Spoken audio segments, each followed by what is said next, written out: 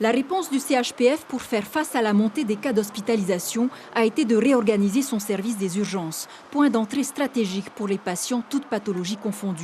Depuis lundi, cette nouvelle zone aménagée sous le parvis des urgences permet de diagnostiquer au moins 10 malades susceptibles d'avoir le Covid-19.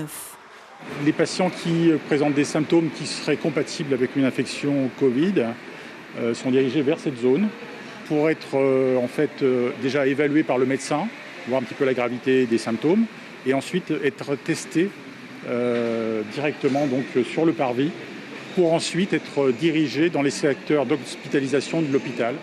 Pour pallier à l'augmentation de son activité, le service a dû recourir à 4 infirmiers supplémentaires spécifiques Covid. Un médecin devrait arriver en renfort la semaine prochaine pour prêter main forte aux médecins de garde.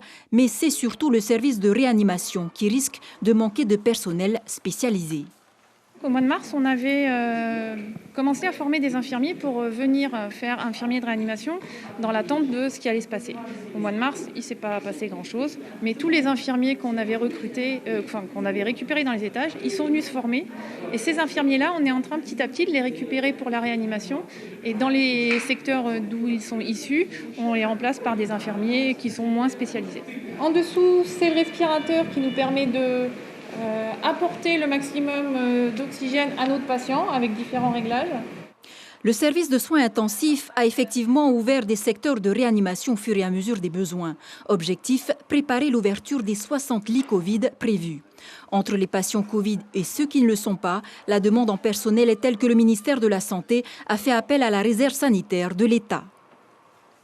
Et l'État autorise la réserve sanitaire à venir nous aider. Et après, la réserve sanitaire fait un appel à tous ses membres sur des petits messages d'appel en disant voilà, pour 15 jours, il y a besoin d'une mission en Polynésie. On va demander des médecins anesthésistes réanimateurs, on va demander des infirmiers, on va demander des infirmiers anesthésistes.